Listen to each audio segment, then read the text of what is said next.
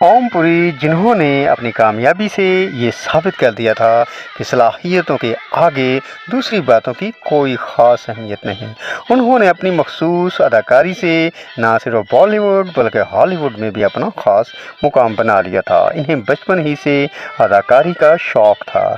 यही शौक़ इन्हें पुणे में नेशनल स्कूल ऑफ ड्रामा तक ले गया और फिर वो मुंबई चले आए और बॉलीवुड पर छा गए।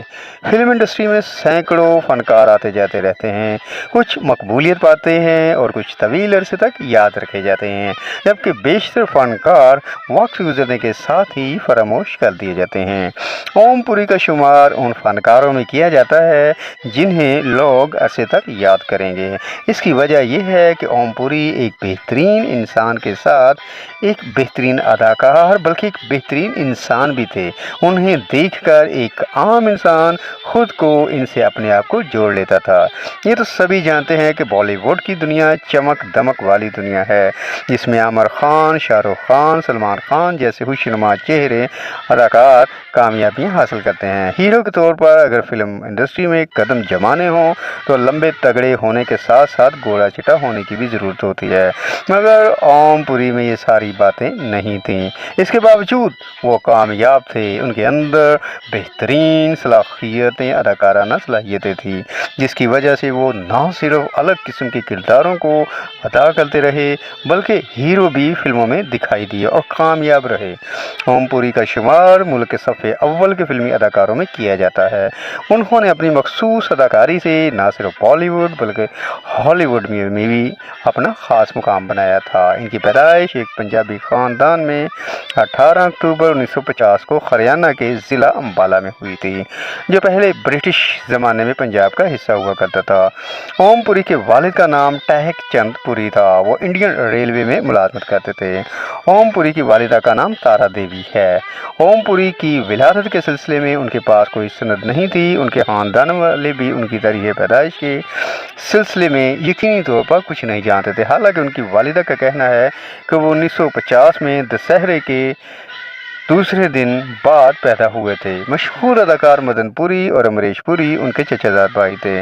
उनका बचपन बहुत गुर्बत में गुजरा है, यहाँ तक कि 6 वर्ष की उम्र में उन्हें एक चाय के होटल पर बर्तन भी धोने पड़ते थे। ओम पुरी का पूरा नाम राजेश ओम पुरी था और उन्होंने पंजाब में पटियाला के खालसा कॉलेज से ग्रेजुएशन किया। वहीं कॉलेज में तालीम हासिल करने के साथ ही ओम पुरी की दिलचस्पी अदाकारी की तरफ भी होने लगी थी।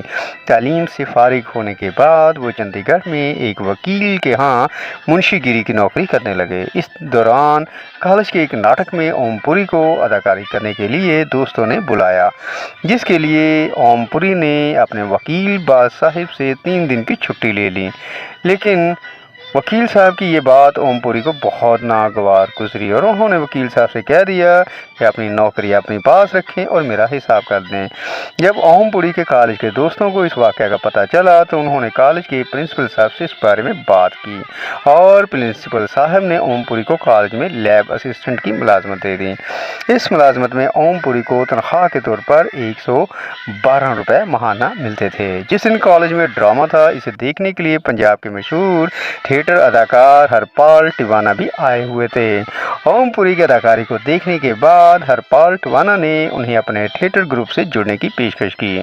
उन्होंने अदाकारी की दुनिया में शुरुआत करने के लिए कॉलेज के लैब असिस्टेंट की मुलाजमत छोड़ दी थी। बाद इनका यही शौक़ इन्हें नेशनल स्कूल ऑफ ड्रामा तक ले गया, जहां उन्होंने अदाकारी के कोर्स में दाखिला ले लिया।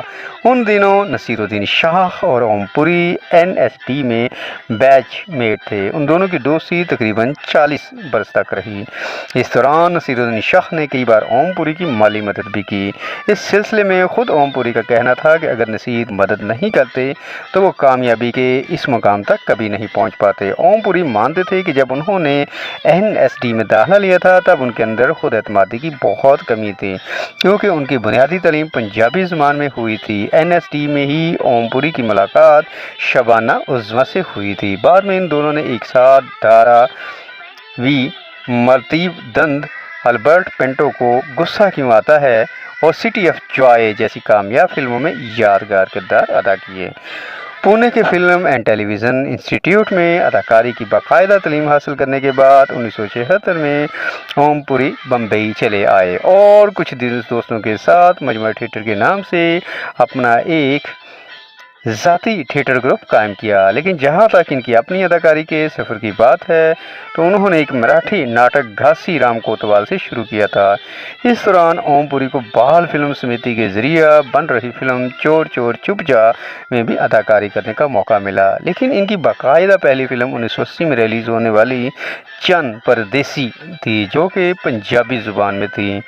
इस फिल्म की कामयाबी के बाद ओम पुरी को कई हिंदी फिल्में मिली, जैसे 1980 में हिदायतकार गोविंद नहलानी की आक्रोश और 1981 में सत्यजीत रे की एक टेलीफिल्म सदगती। इसके साथ ही ओम पुरी को 1980 में गुजराती ज़ुबान में बनने वाली केतन मेहता की फिल्म भूनी भवाई में भी काम करने का मौका मिला।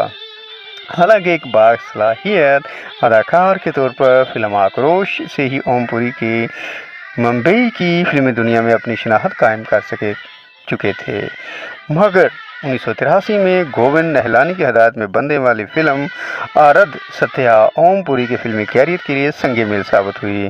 फिल्म आरद सत्या में उनका किरदार समाजी और सियासी बदअनवानियों की मुखालफत करता हुआ नजर आता है। इस फिल्म में पुलिस इंस्पेक्टर के किरदार में ओम पुरी ने हमें समझा दिया कि हमारे समाज में विलन किस तरह पैदा होते हैं, खला में नहीं बल्कि इसी दलदली दुनिया में।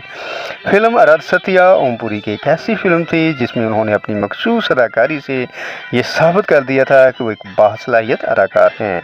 इस फिल्म के ज़रिए उनकी बेहतरीन अदाकारी का तज़किरा न सिर्फ हिंदुस्तान में हुआ बल्कि गैर ममालिक में भी ओम पुरी ने खूब शोहरत हासिल की। इस फिल्म को कई कौमी और बैन अवी एजाज़ात से भी नवाजा गया। ओम पुरी की कामयाबी इसलिए भी काफ़ी अहमियत रखती थी कि कमर्शियल फिल्मों की कोई भी शर्त पूरी ना करने के बावजूद वो कमर्शियल एतबार से पूरी तरह कामयाब हुए थे। मुख्तलिफ़ किरदारों में अदाकारी करते हुए ओम पुरी हमेशा अलग दिखाई दिए।